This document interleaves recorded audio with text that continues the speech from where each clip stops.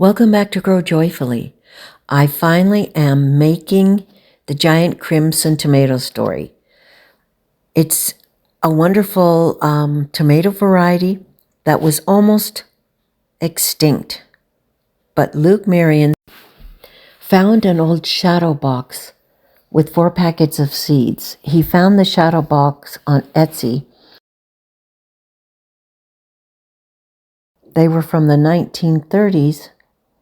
And they hung in the Lancaster County, and he doesn't say which state, headquarters of a seed company. So I'm sorry it's taken so long for me to get this video made, but I am technology challenged in some ways, like figuring out how to create a link. And I just didn't have the time to sit down, find this video on the migardener channel, and then be able to share the details and the particulars with you. So basically, the giant crimson tomato was extinct, except I don't know how Luke was looking around and how he found it, but he found a package of seeds, like I said, in the shadow box with 3 other kinds of seeds. One was a white icicle, and I don't remember the others. And he bought the shadow box. It cost him quite a bit of money. There was no guarantee these 80 to 88-year-old seeds would even germinate and the plants survive. But he took the chance, and he planted, I believe he planted all of the seeds all at once for the giant crimson. And here you see me saving seeds like Luke did, and I'm using the rest of the tomato on some scrambled eggs. But this is how I do it. I just take the tomatoes and I squeeze it out, or I cut it up and I just save them and put them in a little container. Then once I have all the seeds out, I'm just squeezing them out here, I put the container on the windowsill or the counter somewhere and let them kind of ferment over the next day or two. And when they get kind of cloudy and moldy looking, then I take them and I rinse them off. So anyway, Luke planted all of these seeds, and only, I think, 3 of the seeds germinated, and it ended up that 1 plant of the giant crimson lived. Now, fast forward many years, and I just saw a video he has on here how he just harvested, I can't remember how many pounds, 300, 600 pounds of giant crimson seeds. I mean, that's a lot. So now he sells them in his migardener seed store. So I think that's a fascinating story and a testament to what gardeners can do and what an impact they can have on seed varieties and perpetuating the seed community, the seed types, all throughout history here. Because once they're gone, they're gone. He was just lucky enough to be able to find it in a shadow box. So I think that's an awesome story. Here's my challenge to you. What seeds can you save? What can you be a part of?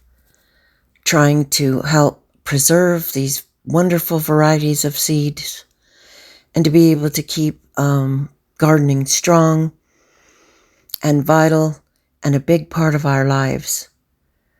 I challenge you to get out there and save and label as many seeds as you can, and even become a part of a group like the Seed Savers Exchange of America. It'll never be a waste. It'll always be important. This is our way of being able to help out. This is the second day for the giant crimson and the seeds. It's starting to ferment a little bit. We just keep waiting until it's fully fermented, then I'll rinse them off in a strainer.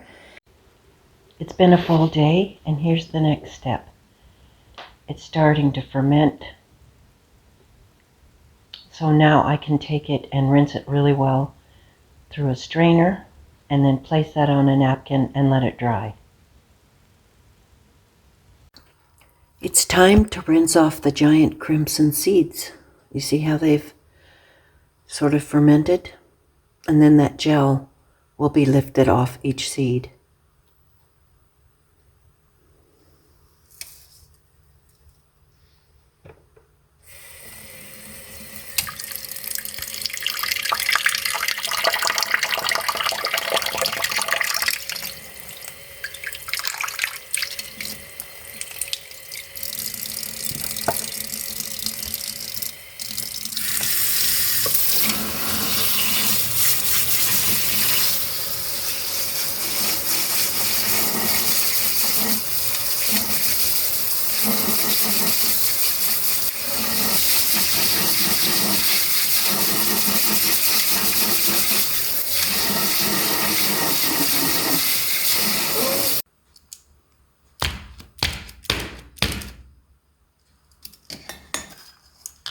There we go. Here's what I ended up with for the giant crimson seeds. It doesn't look like very much, but each seed is a plant, and each plant has 5 to 10 tomatoes on it. So you can see how this would grow a lot of food. And we're continuing the variety of the giant crimson tomato. So I think that is extremely exciting. I have a little envelope here labeled with the date and the variety. I'm going to put the dried seeds in there and put them away in my tomato plastic bin where they will be safe from water and dampness. And we are helping as gardeners to perpetuate all sorts of varieties if we save the seeds.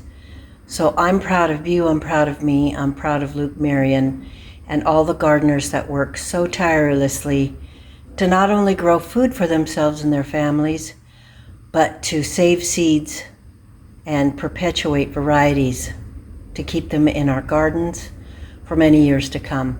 I hope you enjoyed this video. It was fun making it. You have a great day, and don't forget to grow joyfully. We'll see you next time. Dusty gravel lanes and the sun sinking low, fields of barley swing where the wildflowers grow. Grandma's porch light shining through the evening dusk. Country roads forever, in these memories we trust. Blue Ridge Mountains call.